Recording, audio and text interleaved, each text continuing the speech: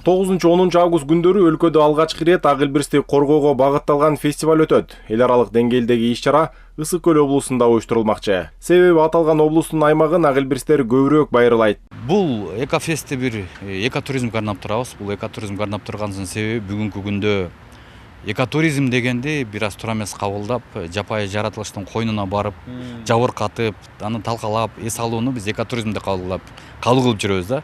Бул негизи андай эмес. Экотуризмдин өзүнүн принциптерин, экотуризм кандай экенин биз ошол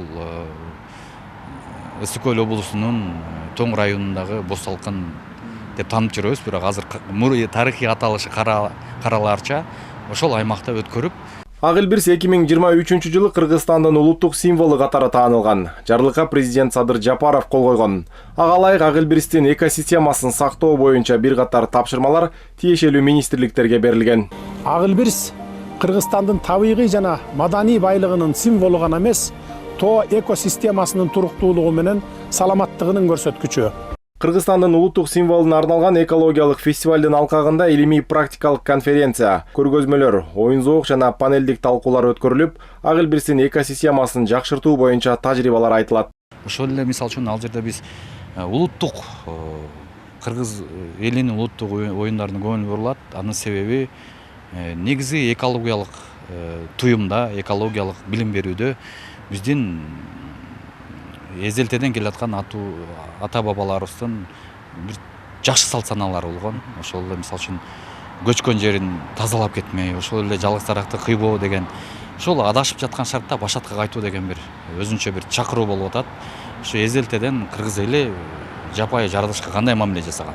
Фестиваль Ысык көл облусунун Каралаарча жайлоосунда өтөт. Ага жалпысынан 1000ден ашык делегаттардын катышуусу күтүлүүдө.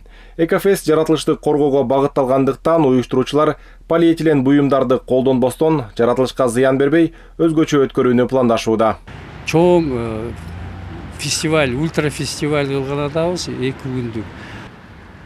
Биздин байкоо боюнча уже бир 1000ден ашык киши келген атат.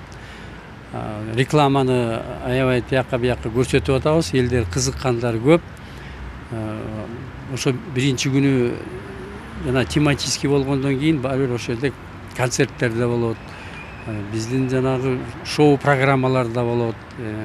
Бүркүтчүлөр, салбуруун, аябай кызыктуу оюн, анан кечкисин жанагы концерт, гала концерт деп коебуз. Кыргызстанда алгачкы ирет өтө турган экологиялык фестиваль мындан кийин да жыл сайын уланат.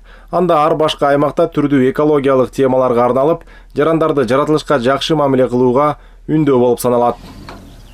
Бакберди Баязбеков, Мирлан Жаныбеков, ЛТР, Бишкек.